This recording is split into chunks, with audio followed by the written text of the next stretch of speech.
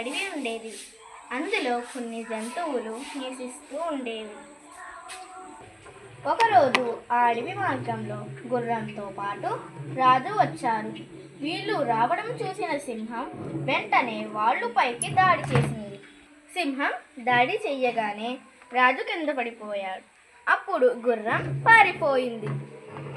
ఆ రాజు సింహాన్ని చంపాలని చూస్తాడు. ఇంతలో సింహం ఆ రాజును చంపేస్తుంది. ఆ రాజు దగ్గర ఉన్న బంగారు నగలు తీసుకుని వెళ్ళిపోతుంది.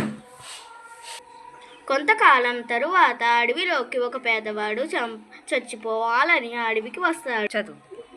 ఇంతలో ఒక ఆవు అతన్ని చూసి, ఎందుకు చనిపోవాలి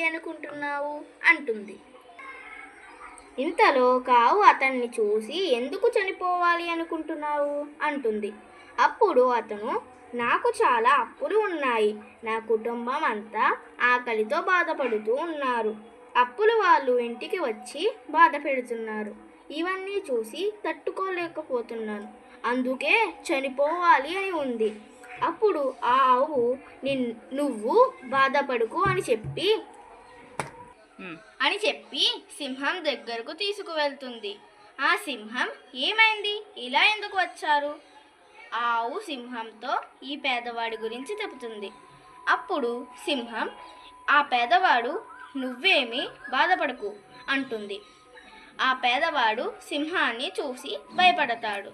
సింహం, నువ్వేమీ భయపడకు, నేను నీకు సహాయం చేస్తాను అని చెప్పి ఆ సింహం దగ్గర ఉన్న బంగారు నగలు తెచ్చి ఆ పేదవాడికి ఇస్తుంది.